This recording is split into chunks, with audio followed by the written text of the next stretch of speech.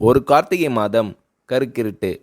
செங்கல்பட்டிலிருந்து படப்பிடிப்பை முடித்து கொண்டு எம்ஜிஆர் அவர்கள் நடுநிசி 12 மணி வாக்கில் காரில் வந்து கொண்டிருக்கிறார். கண் விழித்தவாறே எம்ஜிஆர் அவர்கள் தனது காரில் வந்து கொண்டிருந்த பொழுது வழியில் போலீஸ் உடையில் நின்றிருந்த ஒருவரை பார்க்கிறார். எம்ஜிஆர் அவர்களின் கார் அந்த போலீஸ்காரரை கடந்து செல்கின்ற போது எம்ஜிஆர் அவர்களின் நெஞ்சில் பொறி தட்டுகின்றது.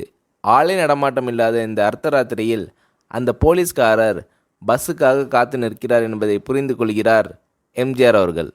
உடனே தனது டிரைவரிடம் காரை நிறுத்த சொல்கிறார். கார் பின்னோக்கி வருகிறது.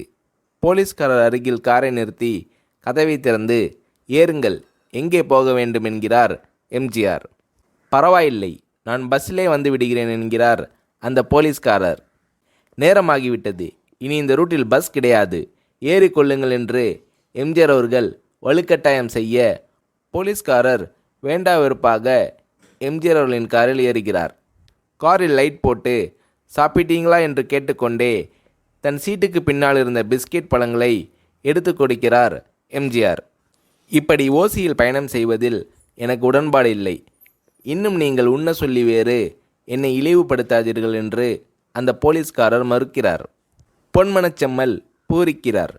இருப்பவனிலிருந்து இல்லாதவன் வரை படித்து பதவியில் இருக்கும் எத்தனை பேர் எனக்கு அது வேண்டும் இது வேண்டும் என்று எம்ஜிஆர் அவர்களிடம் வேண்டி பெற்று செல்கிறார்கள்.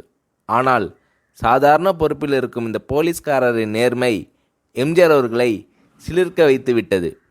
எம்ஜிஆர் அவர்களின் கார் தூரத்தில் வந்து கொண்டிருந்தாலும் காரின் நிறத்தையும் ஒளியையும் மனம் கமலும் ஓடிக்கான் வாசனையும் வைத்து இது எம்ஜிஆர் அவர்களின் கார் என்றும் கார் சென்ற தடத்தை தொட்டு வணங்குகின்ற அளவிற்கு புகழுடன் திகழ்ந்த நேரம் அது.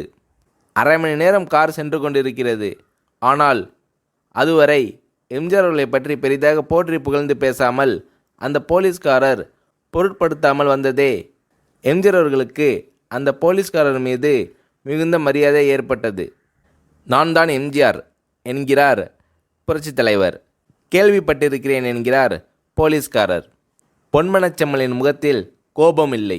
பதிலுக்கு புன்முறுவல் மலர்கிறது. என் படங்களை பார்த்திருக்கிறீர்களா என்று கேட்கிறார் எம்ஜிஆர். நான் சினிமாவே பார்ப்பதில்லை என்கிறார் அந்த போலீஸ்காரர். புரட்சித் தலைவர் இன்னும் பிரமிக்கிறார். இப்பொழுது கார் சத்தத்தை தவிர ஒரே நிசப்தம்.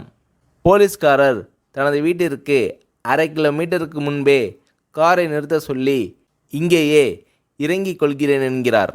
ஏன், நீங்கள் குறிப்பிட்ட அந்த விலாசம் இன்னும் 1/2 கிலோமீட்டர் தூரம் இருக்கிறதே என்கிறார் எம்ஜிஆர். சாதாரண போலீஸ் உத்தியோகத்தில் இருக்கும் நான் காரில் வந்து இறங்கினால் என் வீட்டிற்கு அருகில் உள்ளவர்கள் என்னை தவறாக நினைத்து கொள்வார்கள். இதுவரை இப்படி நான் யார் காரிலும் ஓசியில் வந்து பழக்கமில்லை. நீங்கள் இவ்வளவு தூரம் செய்த உதவிக்கு நன்றி என்கிறார் அந்த போலீஸ்காரர். புரட்சித் தலைவர் எம்ஜிஆர் அவர்கள் அதற்கு மேல் எதுவும் பேசவில்லை. அவர் எந்த போலீஸ் ஸ்டேஷனில் பணிபுரிகிறார் என்பதை மட்டும் கேட்டு தெரிந்து கொண்டு கிளம்புகிறார். அடுத்த நாள் செங்கல்பட்டு போலீஸ் ஸ்டேஷனுக்கு ஃபோன் செய்து நான் எம்ஜிஆர் பேசுகிறேன் என்கிறார் புரட்சித் தலைவர். ஃபோனை எடுத்த டிஎஸ்பி உதறலோடு உற்சாகத்தோடும் தலைவரை வணக்கம் என்கிறார். இரவு சந்தித்த போலீஸ்காரரை பற்றி விசாரிக்கிறார் எம்ஜிஆர். நீங்கள் குறிப்பிடும் அவர் இன்று விடுப்பில் இருக்கிறார். அவர் கையூட்டு வாங்காதவர், கடமை தவறாதவர், காவல்துறை நேர்மைக்கு இவரே இலக்கணம். வெற்றிலைப்பாக்கு, பீடி, சிகரெட் போன்ற லாகிரி வஸ்தோ, நாடகம், சினிமா போன்ற பொழுதுபோக்கு அம்சங்களையெல்லாம் இவர் அறியாதவர். கல்யாண வயதில் உள்ள 3 பெண்களையும் கரை சேர்க்க முடியாமல் கஷ்டத்தில் இருக்கிறார் என்கின்ற விபரங்கள் டிஎஸ்பியால் எம்ஜிஆர் அவர்களுக்கு சொல்லப்படுகிறது.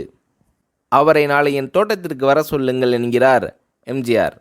பேசிக்கொண்டிருந்த டிஎஸ்பி உங்களோடு ஃபோனில் ஆளுக்கு ஒரு வார்த்தை பேச இன்ஸ்பெக்டர், சப் இன்ஸ்பெக்டர் உள்ளிட்ட எல்லோரும் ஆசைப்படுகிறார்கள்.